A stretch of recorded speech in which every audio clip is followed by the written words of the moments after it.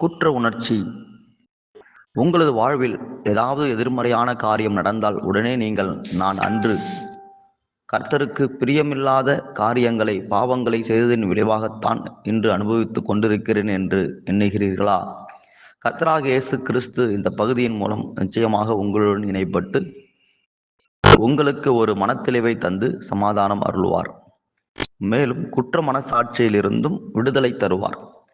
குற்ற உணர்ச்சிக்கான முக்கிய காரணங்கள்: நாம் கர்த்தருக்கு விரோதமாக பாவம் செய்தது, நமது சொந்த சரீரத்துக்கு விரோதமாக பாவம் செய்தது, போதை மருந்துகள், ஊசிகள், மதுபானம் மற்றும் தவறான உறவு போன்றவை.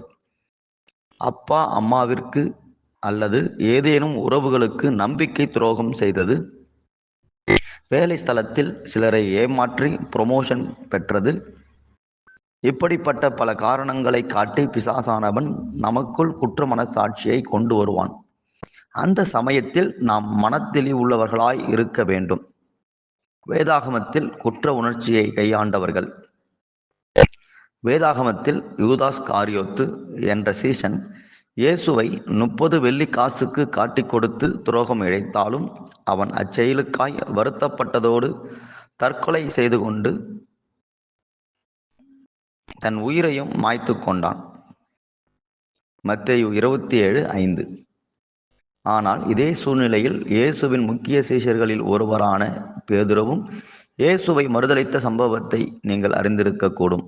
ஆம், தன் தலைவருக்கு பேதுரு பெரிய துரோகம் செய்தாலும் கூட அதற்காக வருத்தப்பட்டதோடு அல்லாமல் அதற்கான மன்னிப்பை பெற்றுக்கொண்டு தன் வாழ்வில் விடுதலையை ருசித்தார்.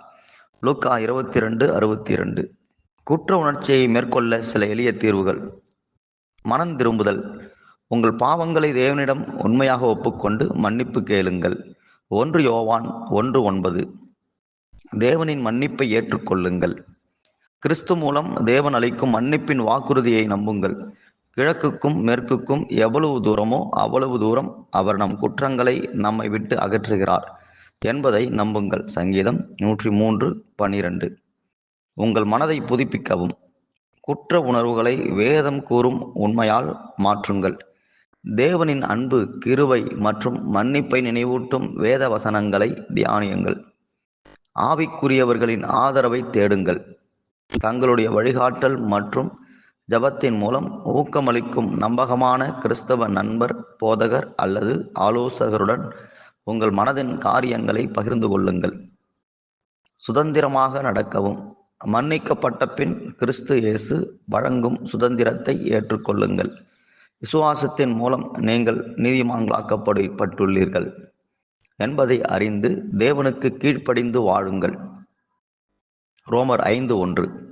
குற்ற உணர்வில் இருந்த பேதுரு விடுதலை பெற மிக முக்கிய காரணமாயிருந்தது இயேசு அவருக்கு பரிசாய் தந்த மன்னிப்பு. அதுபோல நீங்கள் யாருக்கேனும் துரோகம் இழைத்ததினால் குற்ற உணர்வில் இருந்தால் அந்த நபரிடம் உடனே மன்னிப்பு கேட்க முயற்சியுங்கள். மன்னிப்பு கேட்க இயலாத சூழ்நிலையில் மன்னிப்பதில் வல்லவரான இயேசு கிறிஸ்துவிடம் முதலாவது மன்னிப்பை பெற்று குற்ற உணர்வில் இருந்து விடுதலை பெற முயலுங்கள். நம்முடைய பாவங்களை நாம் அறிக்கையிட்டால் பாவங்களை நமக்கு மன்னித்து எல்லா அநியாயத்தையும் நீக்கி நம்மை சுத்திகரிப்பதற்கு அவர் உண்மையும் நீதியும் உள்ளவராயிருக்கிறார். 1 யோவான் 1:9. இதை கேட்டுக்கொண்டிருக்கும் அன்பு வாலிபரே, குற்ற உணர்வில் வருத்தப்படுவதால் பிரயோஜனமில்லை. மாறாக இதற்கான ஒரே தீர்வான மன்னிப்பை அனுபவிப்பவராய் மாறினால் உங்களின் வாழ்வு மறுரூபமாக்கப்படும். நாம் ஜெபிப்போம். பிதாவாகிய தேவனே, குற்ற உணர்வுகள், கில்ட்டினஸ் ஆண்டவர் இந்த நாட்களிலே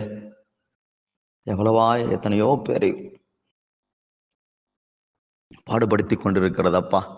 சிறு வயதில், வாலிப வயதில் செய்ததான காரியங்கள், தவறுகள், தெரிந்தும் தெரியாமலும் செய்த காரியங்கள், இவர்களை திரும்ப திரும்ப நினைப்பதன் மூலமாய் குற்ற உணர்வுக்குள்ளாக போய்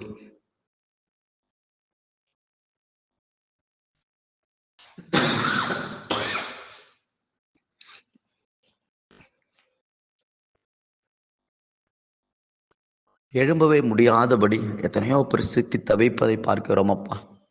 சாத்தான் குற்றஞ்சாட்டுகிறவனாய் இருக்கிறான். குற்றஞ்சாட்டுவதன் மூலம் அவன் அவர்களை எழும்ப விடாதபடி அவர்களை தேவனுக்காக பிரகாசிக்க முடியாதபடி செய்து விடுகிறான்.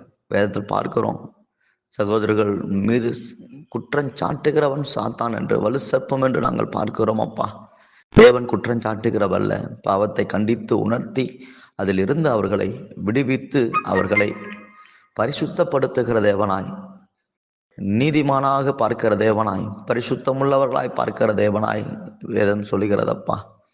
எவர்களை கர்த்தர் எவர்கள் பாவங்களை மன்னிக்கிறாரோ அவர்கள் பாக்கியவான்கள், எவருடைய அக்கிரமங்களை அவர் எண்ணாதிருக்கிறாரோ அவர்கள் பாக்கியவான்கள் என்று வேதம் சொல்கிறதப்பா.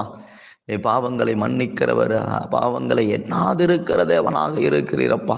கர்த்தர் மனம் இறங்குங்க. இந்த குற்ற உணர்வினால் சிக்கி சீரழிந்து அப்பா அவர்களுக்கான இலக்கை அடைய முடியாதபடி துவண்டு கொண்டிருக்கக்கூடிய மக்களை தேவன் மீட்டெடுக்கும்படிக்கு நாங்கள் கேட்கிறோம் ஐயா.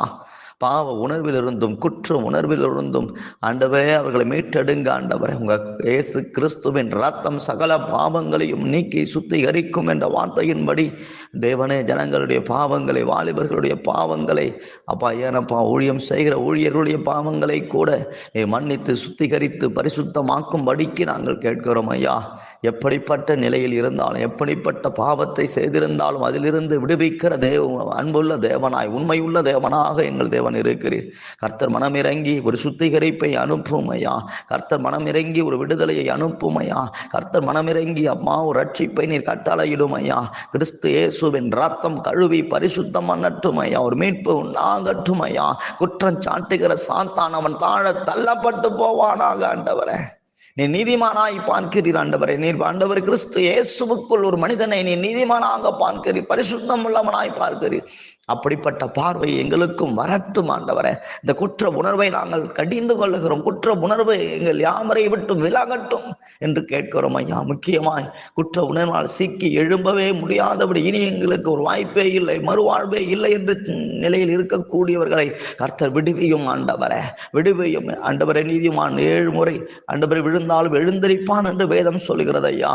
கர்த்தர் எழுப்புங்க தேவனே. ஒரு மனிதனை ஆண்டவரே மோசே கொலை செய்தவன் ஐயா, அவனை தேவன் பெரிய ஒரு தீர்க்கதரிசியாக எடுத்து பயன்படுத்தினீர். அப்போஸ்தலன் யோவான் ஆண்டவரே சபையை துன்பப்படுத்தினவன், கிறிஸ்தவர்களை மரண பரியந்தம் வேதனைப்படுத்தினவன், அப்படிப்பட்டவனை ஆண்டவர் எடுத்து ஒரு பெரிய அப்போஸ்தலனாய் பயன்படுத்தினீர் ஆண்டவரே.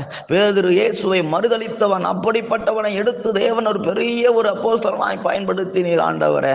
தாவீது பாவம் செய்தவன், அப்படிப்பட்ட தாவீதை என் இருதயத்திற்கு ஏற்றவன் என்று சொல்லி தேவனை ஆலயத்தை கட்டுவதற்கான காரியங்களை ஏற்படுத்த அவனை நீர் பயன்படுத்தினீர் ஆண்டவரே.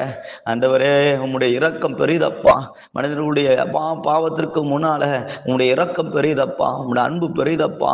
மனிதர்களை மீட்கும்படிக்காகத்தான் வந்தீர், பாவிகளை ரட்சிக்கும்படிக்காகத்தான் வந்தீர். ஆண்டவர் எந்த குற்ற உணர்வினால் சிக்கி சிறுகிற யாரா இருந்தாலும் அவர்களை தூக்கி எடுக்கும்படிக்கு கேட்கிறேன் அப்பா. அவர்களை தேவன் எடுத்து அப்போஸ்தலன் பவுலை போல, மோசேயை போல, பேதுருவை போல எடுத்து நீர் பயன்படுத்தும்படி கேட்கிறேன். தாவீதை பயன்படுத்தினதை போல பயன்படுத்தும்படி கேட்கிறேன் அப்பா. மீண்டும் அந்த தவறை செய்துவிடாதபடி நீர் காத்துக்கொள்ளும். பரிசுத்த ஆவியினால் அவர்களை நிறைத்து அவர்களை பலப்படுத்தி அவர்களை ஆண்டவரே பலப்படுத்தி ஆண்டவரை சாட்சியாக நிறுத்திவிடும் தேவனே. உங்க அன்பு பெரியதா ஆண்டவரே. பாவியை நேசிக்கிற அன்பு அப்பா. ஆதாம் ஏவாளுக்கு பாவம் செய்தவர்களுக்கு தோல் உடையை உடுத்து வைத்த தேவன் இன்றைக்கும் ரட்சிப்பின் வஸ்திரத்தை, நீதியின் சால்வையை பிள்ளைகளுக்குள்ளாக உடுத்து வைத்து அவர்களை எடுத்து பிரகாசிக்க பண்ணுங்க. அவங்களை எழும்பி பிரகாசிக்க பண்ணுங்க. அவங்களை எடுத்து பயன்படுத்துங்க ஆண்டவரே. ஆண்டவரே, சத்துருக்கு முன்னால பந்தியை ஆயத்தப்படுத்தி தலையை எண்ணெயால் அபிஷேகம் செய்து பாத்திரம் நிரம்பி வழியும்படி செய்யுங்க ஆண்டவரே. ராஜா, நாங்கள் விசுவாசிக்கிறோம். அவர்கள் வாழ்க்கை பிரகாசிப்பிக்கப்படுகிறது. அதற்காக நன்றி செலுத்துகிறோம். எல்லா மகிமைக்கு கொடுக்கிறோம். இயேசு கிறிஸ்துவின் நாமத்தில் நன்றி சொல்லி ஜெபிக்கிறோம் பிதாவே. ஆமென்.